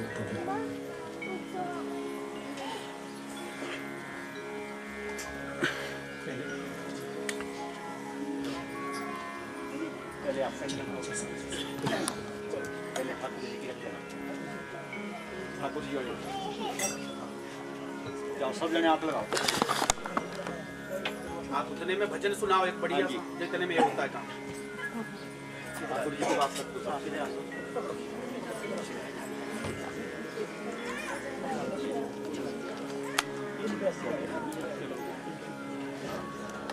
ठाकुर जी की रख दो, तो थाली उठाओ, इसमें दक्षिणा रखो, व्यास की वाली दक्षिणा रखो।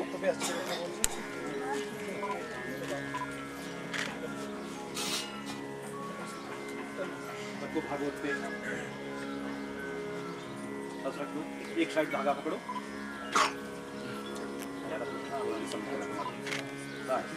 अब ये जो भागवत था वो पहले दिन आपने खरीदा था, उसका दान भी, और ये दक्षिणा हाथ में पकड़ दो धागा। संकल्प हरि ओम तिलकु शिवजलानामादाय संकल्पं कुर्यात्।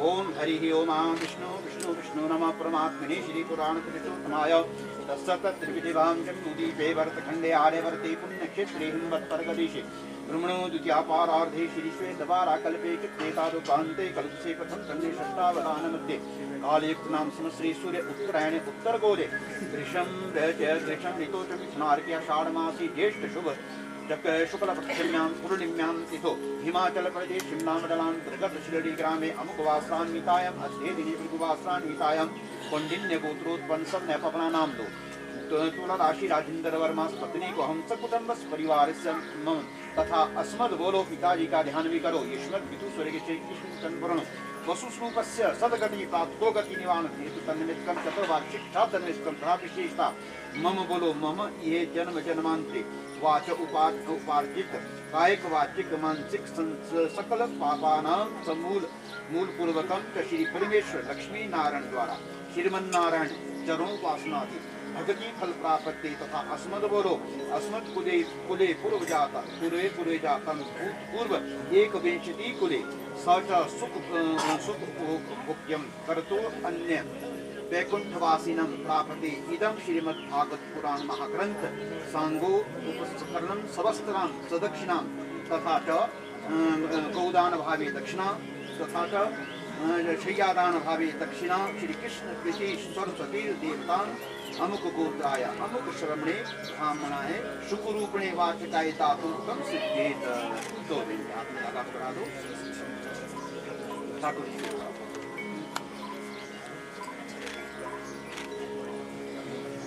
जोड़ दो धागा और हाथ जोड़ के प्रार्थना।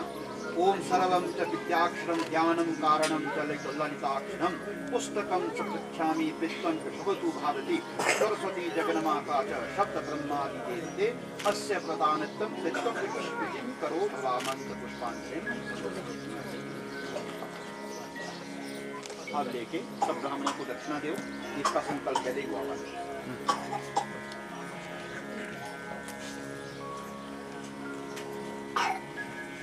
दूधी दाय शांति के लिए बोलता है ऐसी करना हो।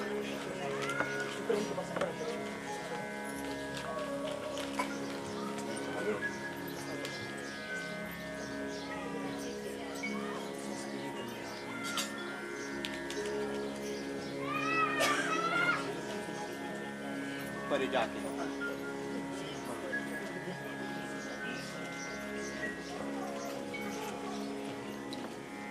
कमी पड़ेगी तो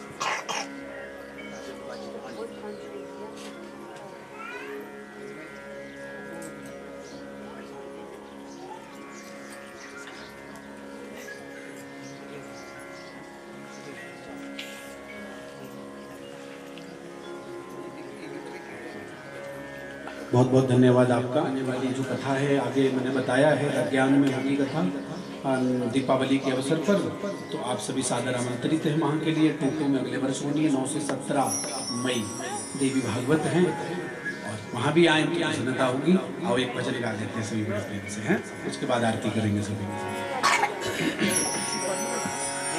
राम का नाम लेकर जो मर जाएंगे वो अमर नाम दुनिया में कर जाएंगे। राम का नाम लेकर जो मर जाएंगे वो अमर नाम दुनिया में कर जाएंगे। राम का नाम लेकर जो मर जाएंगे वो अमर नाम दुनिया में कर जाएंगे। राम का नाम लेकर जो मर जाएंगे वो अमर नाम दुनिया में कर जाएंगे। ये न पूछो कि मर कर किधर जाएंगे, ये न पूछो कि मर कर किधर जाएंगे। ये न पूछो कि मर कर किधर जाएंगे। ये न पूछो कि मर कर किधर जाएंगे। वो जिधर भेज देंगे उधर जाएंगे। वो जिधर भेज देंगे उधर जाएंगे। राम का नाम लेकर जो मर जाएंगे वो अमर नाम दुनिया में कर जाएंगे। राम का नाम लेकर जो मर जाएंगे वो अमर नाम दुनिया में कर जाएंगे।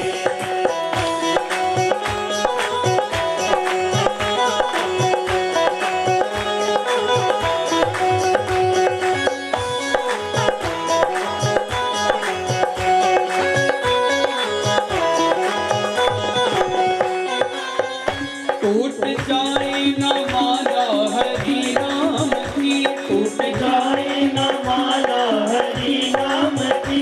टूट जाए न माला हरि नाम की। टूट जाए न माला हरि नाम की।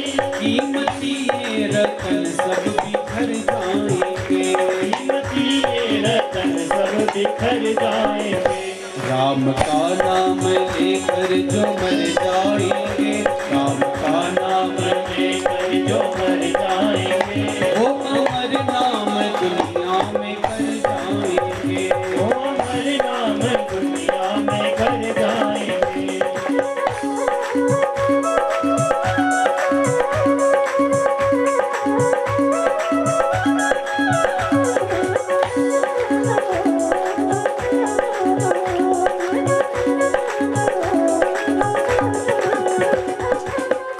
बात मानो न मानो खुशी आपकी, बात मानो न मानो खुशी आपकी। बात मानो न मानो खुशी आपकी। बात मानो न मानो खुशी आपकी।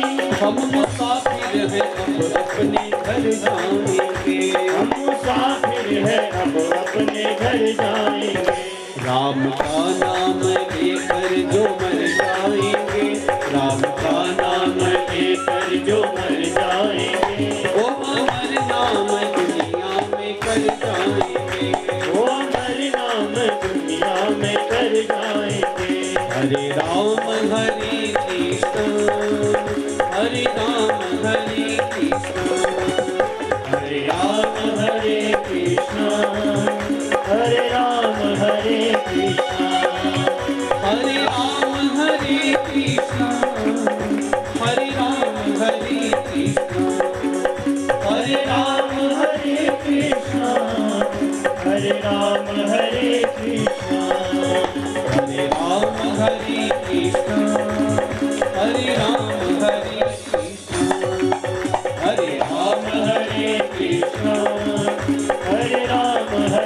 कृष्णा ओ हरे राम हरे कृष्ण हरे राम हरे कृष्णा ओ हरे राम हरे कृष्ण हरे राम हरे कृष्णा। आइए बड़े प्रेम से आरती करें।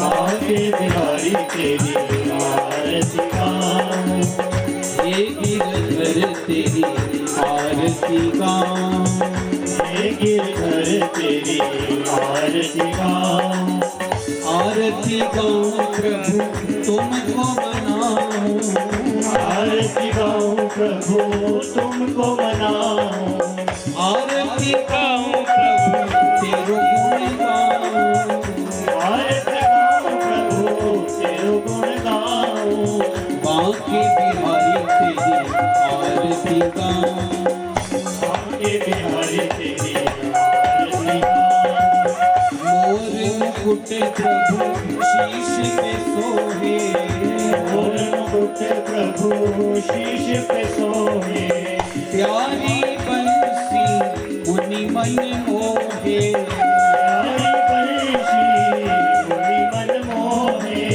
देख छवि में तो बलि बलि गाऊं, देख छवि में तो बलि बलि गाऊं, बांके बिहारी तेरी आरती गाऊं, आके बिहारी तेरी आरती गाऊं, चरणों से निकली गंगा प्यारी, चरणों से निकली गंगा प्यारी, जिसने सारी दुनिया तारी, जिसने सारी दुनिया तारी, उन चरणों में शीश नवाऊं, उन चरणों में शीश नवाऊं, बांके बिहारी तेरी आरती गाऊं, बांके बिहारी तेरी आरती गाऊं, श्री हरिदास के प्यारे तुम हो, श्री हरिदास के प्यारे तुम हो, मेरे मोहन जीवन धन हो, मेरे मोहन जीवन धन हो, प्यारी छवि तेरी मन में बसाऊं, प्यारी छवि तेरी मन में बसाऊं, राधा रमण तेरी आरती गाऊं, राधा रमण तेरी आरती गाऊं, राधा वल्लभ तेरी आरती गाऊं, राधा वल्लभ तेरी आरती गाऊं। सभी अपनी अपनी जगह 2 मिनट के लिए बैठ जाएं, अभिषेक होना है अभी ना। बोली वृंदावन वाके बिहारी लाल की जय हो। कर्पूर गौरम करुणावतारम संसार सारम भुजगेन्द्रहारम सदा वसंतम हृदयारविंदे भवं भवानी सहितं नमामि। त्वमेव माता च पिता त्वमेव बन्धुश्च सखा त्वमेव, त्वमेव विद्या द्रविणं त्वमेव, त्वमेव सर्वं मम देव देव।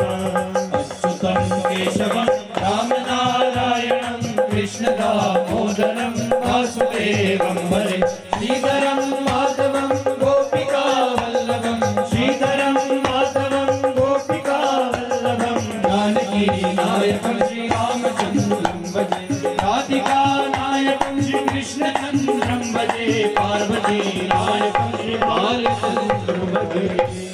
बोली वृंदावन वाके बिहारी लाल की। स्वस्ति पूर्वा विश्ववेदाः, स्वस्ति सारक्षयो अरिष्टनेमिः, स्वस्ति नो बृहस्पतिर्दधातु पयो दिव्यन्तरिक्षे पयो धाः, पयस्वतिः प्रदेशाः सन्तु मह्यम्। ॐ विष्णु